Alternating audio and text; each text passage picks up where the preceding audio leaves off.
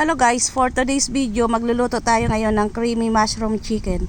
Ito nga pala yung mga sangkap na aking gagamitin. So una natin gagawin is timplahan natin ng asin at paminta yung ating manok. Lamasin nating maigi para manuot ang mga pampalasa.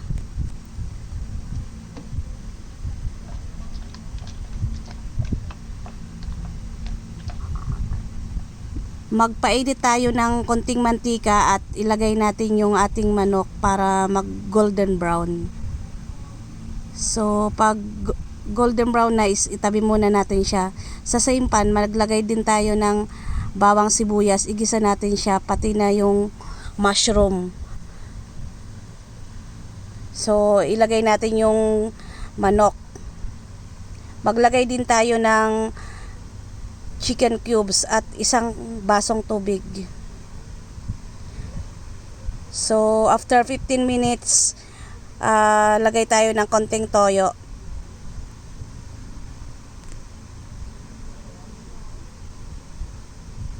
So hinaan natin yung apoy at ilagay na natin yung ating all-purpose cream. So pag malapot na siya, pwede na siyang hanguin after 5 minutes. So naglagay din pala ako dyan ng spring onion for garnish, pwede din wala.